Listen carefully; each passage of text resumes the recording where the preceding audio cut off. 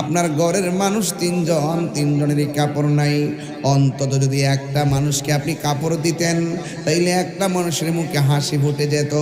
আল্লাহর হাবিব বলেন, যারা ঈদের দিন মানুষকে নতুন জামা কিনে দেয়, আমার আল্লাহ রাব্বুল আলামিন তার জন্য জান্নাতে জামার ব্যবস্থা করে দেন।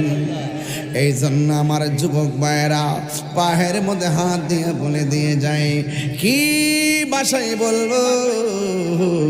এই জন্য আপনি যদি দান করেন, দানশীল ব্যক্তিকে আমার আল্লাহ বড় পছন্দ করেন।